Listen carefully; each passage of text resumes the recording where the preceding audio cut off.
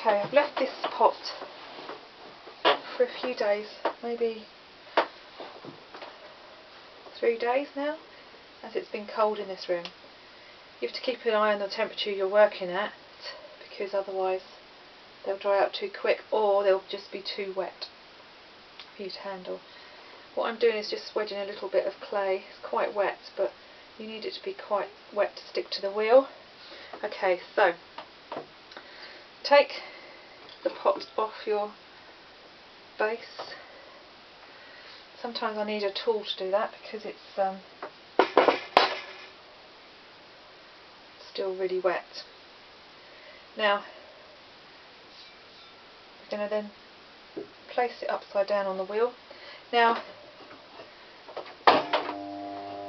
what you need to do is knock it into place so you're centering it again. There we go. Sometimes that's quite hard to do, especially if you've taken it off and it wobbles a bit, then your circle and top edge is not going to be completely circular and flat. So another way you can do it is on each wheel there's lines and circles, so you basically look down on top of it and just place it in those middle of those lines. Some potters have cross lines across their wheels, so that helps as well to keep, especially when you're marking and doing decoration, so you can actually see where your midsections are. Okay, so now I've decided that's going to go in the middle. Another thing, sorry, before we do start, is to look how much base you've got. Have a quick feel of what you've got to work with. So actually I've got quite a lot on here, so you don't want to go right through the bottom of your pot. So again, line it up, knock it into centre,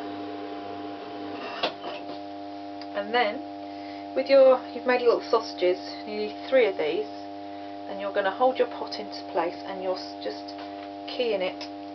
I'm not going to key it onto your wheel. There we go. And the last one over here. Just hold it in place while you're pushing against it. Now, there's 2 tools that you can use. There's a tool like this. This is there's a leaf shape tool.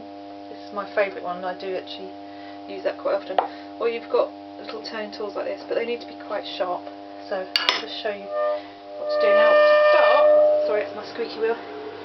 You need to make yourself really, obviously make sure nothing's hanging down, and you are keeping your hand still and just taking the excess off. As you can see, it's a lot easier,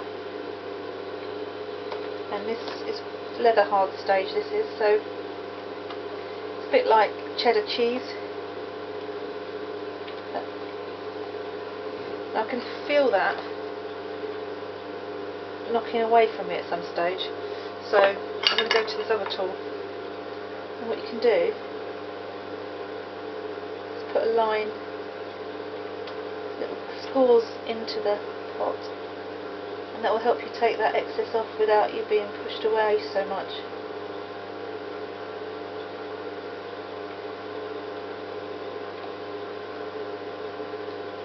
And this is why it's important when you take that excess off the bottom of your pot to start with,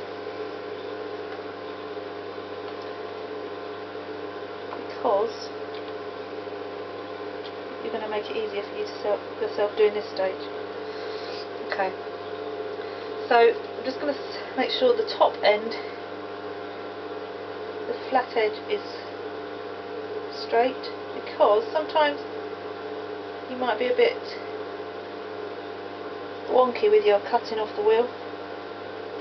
It does seem a little lumpy actually. Let's see if I can show that on there. No, it's not really clear. Sometimes when you've done those little lines you can see that it's only catching on one side, because that's where you're putting the pressure on. But it's not very clear on that. So I'm just taking the excess off to make it flat before we even start.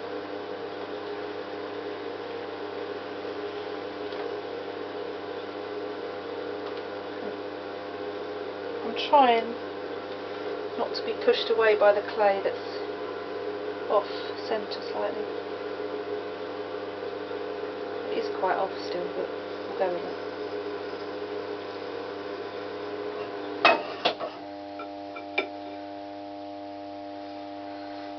As I put the clay on, I probably pushed it over a little bit. So, let's go again. So I'm just taking off the excess I don't want.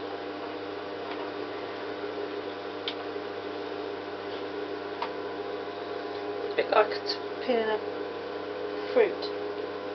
Taking off those areas you don't want. Put that down. Try not to work with two tools at the same time. Quite dangerous.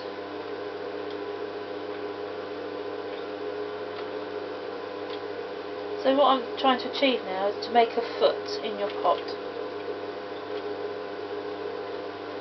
I'm just tidying up that top area where you couldn't really get to.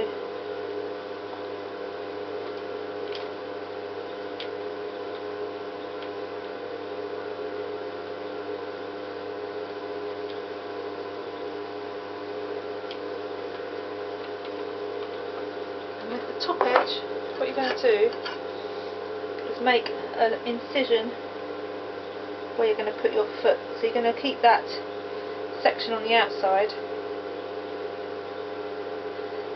flat, and then you're going to take the excess in the inside out, so it does actually, so when it's glazed you've got a little raised area that can still be, that can actually be glazed because it's not going to touch the kiln shelf. Now I feel it wobbling now. So you can, if you feel it wobbling, just make sure it keys, and that's because it's like this clay around it may not be wet enough to hold it in place. Some potters can work like that and without any clay, just holding it with their finger in the centre to key it in. But obviously it's much easier if you tie it on and secure it with a bit of clay. This is where you could damage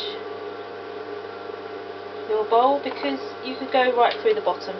So remember at the start I checked that I had quite a lot of clay to work with, and in my recollection I'm just trying to think, well, how far can I go? How much have I already taken off?